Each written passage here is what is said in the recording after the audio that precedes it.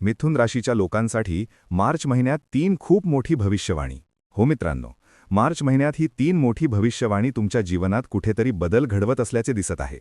कुंडलीत शुक्राचे उच्च स्थान असणे, सूर्य आपली राशी बदलणे आणि कुठेतरी गुरु व मंगळ उदित होणे. मार्च महिन्यात मिथुन म्हणजे जेमिनी राशीच्या लोकांसाठी खूप काही बाहेर येणार आहे. आता 1 मार्च ते 30 मार्च दरम्यान बरेच ग्रह आपापले स्थान बदलतील. त्यामुळे कुठेतरी तुमच्या जीवनातही सुख, समृद्धी आणि वैवाहिक जीवनात यशाचे घटक, नोकरी व व्यवसायात यशाचे घटक दिसून येत आहेत. हो, चला जाणून घेऊया की या ग्रहांचे आपापले स्थान किंवा उच्च स्थानावर जाणे तुमच्या जीवनासाठी म्हणजेच मिथुन राशीच्या लोकांसाठी काय काय यश मिळवून देत असल्याचे दिसत आहे. आता यशाचे दरवाजे सूर्य व शुक्र देत असल्याचे दिसत आहे का? जीवनात कोणते नवीन बदलाचे संकेत शनी, शुक्र व सूर्य यांच्यासोबत मिळून दिसत आहेत? त्याआधी व्हिडिओची सुरुवात करूया. आपले इंट्रोडक्शन द्या. मी आहे पंडित RK पाठक आणि आपण पाहत आहात आपला स्वतःचा YouTube चॅनल आलेस बेल राशीफल. मित्रांनो, तुम्ही सर्वांकडून एक छोटीशी तक्रार आहे. व्हिडिओ पाहता, लाईक करता, कमेंट करता, पण सबस्क्राईब करत नाही. सबस्क्राईब देखील करा. एक दक्षिणा म्हणून एक छोटीशी भेट तुमच्याकडून. एक सबस्क्राईब देखील ऑन करा, कारण अशाच महत्त्वाच्या माहिती तुम्हाला या चॅनलवर मिळत राहील. मी सविस्तर समजावण्याचा प्रयत्न करतो, त्यामुळे व्हिडिओ थोडा लांब असू शकतो. धैर्य ठेवा आणि आमच्यासोबत जोडा रहा, कारण आपण एक ग्रहावर बोलू तर व्हिडिओ लांब होईल. तुम्हाला आणि सर्व व्हिडिओ किंवा चॅनलवर तुम्हाला फक्त थेट सांगू की हे होईल ते होईल, पण ग्रहांची दिशा, ग्रहांची दृष्टी आणि ग्रहांचा फरक सांगत तुम्हाला समजावण्याचा प्रयत्न करतो. त्यामुळे तुम्ही कोणतेही उपाय किंवा रेमेडी करू शकता, ज्यामुळे तुम्हाला चांगले लाभ मिळतील. सर्वप्रथम मिथुन म्हणजेच जेमिनी, तुमच्या राशीचा स्वामी बुध, जो सध्या चालू आहे भाग्यांत. भाग्यांत बुध अस्त होत चालले आहेत. बुधाला वाणी आणि आर्थिक बाबींचा घटक मानले जाते. कुंडलीत बुधास युवराजाचे दर्जा प्राप्त आहे. तर सध्या बसला कुठे आहे? मंगळ आणि राहूसोबत. ठीक आहे. मार्च महिन्यात तो आपली राशी बदलणार आहे आणि आता तुमच्या दशमेशात पोहोचेल. तिथे विराजमान आहेत शनी, शुक्र व सूर्य आणि इथेच बुध देखील येत आहेत. त्यामुळे निश्चितच 4 योग तयार होतील मार्च महिन्यात. तर आजपासून सुरुवात करूया, ज्या दिवशी हा व्हिडिओ अपलोड करतो आहे. 2 मार्च 2026 रोजी शुक्र उच्चस्थानी गेले आहेत, म्हणजेच आपली राशी बदलली आहे. सध्या राहूसोबत विराजमान होते. आता तोच शुक्र मीन राशीत प्रवेश करतो आणि मीन राशीत शुक्राला उच्च मानले जाते. जेव्हा जेव्हा शुक्र आपल्या उच्च स्थानावर जातात, आपल्या 84मध्ये जातात, ज्या ठिकाणी त्यांना उच्च मानले जाते, त्या राशीत शुक्र खूप चांगले परिणाम देतो. तसे पाहिले तर 12वे घर म्हणजेच गुरु बृहस्पतीची राशी आहे, मीन राशी आहे, पण शुक्र इथे उच्च मानले जातात. तिथेच शुक्र आता येईल आणि आज 2 मार्च 2026 रोजी येथे विराजमान झाले. तर शुक्र कोणाचा घटक आहे, आधी त्याला थोडक्यात समजून घेऊ, नंतर व्हिडिओ हळूहळू पुढे नेऊ. शुक्र वैवाहिक जीवनाचा खूप मोठा घटक असतो. पुरुषांच्या कुंडलीत शुक्र जितका मजबूत असेल, महिला असो की पुरुष, कोणीही असो, शुक्र तुमच्या कुंडलीत जितकं कामगिरी करेल, तुम्हाला तितकंच जीवनात सुखसुविधा मिळतील. कारण शुक्राला प्रेमाचा घटक मानले जाते. जर वैवाहिक जीवनात प्रेम नसेल, तर समजून घ्या की तुमचे नाते चांगले नसेल, तर जीवन मधुर चालत नाही. म्हणून शुक्राला प्रेमाचा घटक मानले गेले आहे. जीवनातील वैभव, संपत्ती, धनसंपदा याचेही घटक मानले जातात. कारण शुक्राला दुसऱ्या भावाशी योग्य प्रकारे संबंध आहे. दुसरा भाव म्हणजेच धनभाव. तुला राशीस देखील दुसरा भाव मिळाला आहे. त्यामुळे या 2 राशींचा मालक शुक्र दैत्यांचे गुरु आहेत आणि खूप योगवान आहेत, कारण त्यांच्याकडे संजीवनी बुटी आहे. संजीवनी बुटी राक्षसांना पुन्हा जिवंत करीत होती, इतकी शक्तिशाली आहे. त्यामुळे दैत्यगुरु असल्यामुळे शुक्र जेव्हा देतात ते मनसोक्त देतात. याच ठिकाणी तुमच्या सुखभावात दशमेश म्हणजेच कर्मभावात शुक्र येत आहेत. शनी म्हणजेच शनी हे त्यांचे मित्र आहेत. त्यामुळे शनीच्या मित्रासोबत येणे शुभचिन्ह दर्शवित आहे. आता शुक्राजवळ किती दृष्टी आहेत हे देखील महत्त्वाचे आहे, कारण शुक्राजवळ एकच दृष्टी आहे, ती थेट तुमच्या सुखभावाकडे आहे. पहा, शुक्र तुमच्या एकाच दृष्टीने 7व्या दृष्टीने तुमच्या सुखभावाकडे पाहत आहेत. सुखभाव कधी वाढतो? जेव्हा तुम्ही घर खरेदी करता, वाहन घेतले जाते, तुमची विवाह होत असेल, आई-वडिलांचे आरोग्य चांगले राहते, पत्नीचे आरोग्य चांगले राहते, मुले आनंदी राहतात. हेच सुख आहे. धन येणे म्हणजेच सुख. घरात वाहन, मालमत्ता, इलेक्ट्रॉनिक वस्तू किंवा घरात नवीन काम, विवाह समारंभ झाले तर 7व्या दृष्टीने तुमच्या सुखभावावर शुक्राने दृष्टी ठेवलेली आहे. आता येथे तुम्हाला सुखाची उपलब्धता मिळत आहे. हेच सुख मीन राशीत उच्च स्थानावर असून आपल्या दृष्टीने तुमच्या सुखभावाकडे पाहत आहेत. त्यामुळे 2 मार्च 2026 रोजी शुक्र आपल्या उच्च स्थानावर जाऊन निश्चितच जे लोक व्यवसाय करत आहेत किंवा नोकरी करीत आहेत त्यांच्यासाठी खूप चांगले परिणाम देतील. कारण जेव्हा तुमच्या नोकरीत किंवा व्यवसायात प्रमोशन किंवा चांगल्या लाभाचे संकेत येतील तेव्हाच तुम्ही घरातील खर्च कराल, वाहन खरेदी कराल किंवा घर खरेदी कराल. तुमचा भाव मजबूत होत असल्याचे दिसून येते. हा शुक्राचा खेळ आजपासून सुरू होईल आणि मार्च 2026च्या 27 मार्चपर्यंत म्हणजेच संपूर्ण मार्च महिन्यात खूप चांगले परिणाम देतील.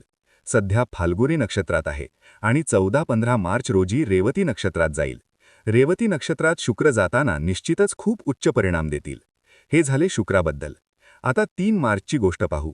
3 मार्च रोजी ग्रहण आहे, ठीक आहे? चंद्रग्रहण आहे. सूर्यग्रहण संपले आहे. 2026 सालातील पहिले चंद्रग्रहण आहे. तेही कुठे पडत आहे? तर आपण पाहतो तुमच्या पराक्रम भावावर. हे तुमचे तिसरे घर आहे. इथेच चंद्राची दृष्टी चंद्रावर आहे. कोण कोण? राहू, मंगळ, बुध आणि इथेच सध्या सूर्यही उपस्थित आहे. सूर्य. कारण सूर्याच्या किरणांचा प्रभाव चंद्रावर पडणार आहे. राहूच्या किरणांचा, मंगळाच्या किरणांचा, सूर्याचा. इथे सूर्य पीडित असेल आणि कुठे बसला आहे? तुमच्या पराक्रम भावात, भावंडांच्या घरात. ठीक आहे? लहान मोठे भाऊ-बहिणी, तुमचे मोठे भाऊ-बहिणी, कुटुंब, कुटुंबीय ही सर्व तुमच्यावर दृष्टी पाडतील. त्यामुळे निश्चितच मी मिथुन राशीच्या जातकांना सांगतो की 3 मार्च रोजी तुम्हाला सावध राहण्याची गरज आहे. कारण हा तुमचा मनोबल कमी करेल, तुमच्या आरोग्यात तूट दर्शवेल. या दिवशी शक्य असल्यास घराबाहेर न पडा. किती वाजता ते किती वाजता हे देखील समजून घ्या. 3:20 ते 6:46 पर्यंत इथे चंद्रग्रहण असेल. किती? 3:20 ते 6:46 पर्यंत हे चंद्रग्रहण असेल. या वेळेत शक्य असल्यास घरात राहा. भगवानाचे भजन करा, भगवानाच्या कीर्तनात सहभागी व्हा. पण शक्य असल्यास चंद्राच्या दृष्टीत येऊ नका. चंद्र पीडित असेल. चंद्राची दृष्टी म्हणजेच चंद्र पाहणे. या वेळेत कुठेतरी तुमच्यावर काही अडचण किंवा समस्या निर्माण होऊ शकते. माझा उद्देश तुम्हाला सावध करणे आहे. मी तुम्हाला घाबरवत नाही. या वेळेत चंद्र पाहू नका. मी मानू शकतो की भारतात 3:20 पर्यंत दुपारी असेल आणि संध्याकाळी म्हणजे 6:20 पर्यंत संध्याकाळ असेल. या वेळेत प्रत्यक्ष दिसणार नाही, पण त्याची लालिमा आणि किरणे कुठेतरी प्रभाव टाकतील.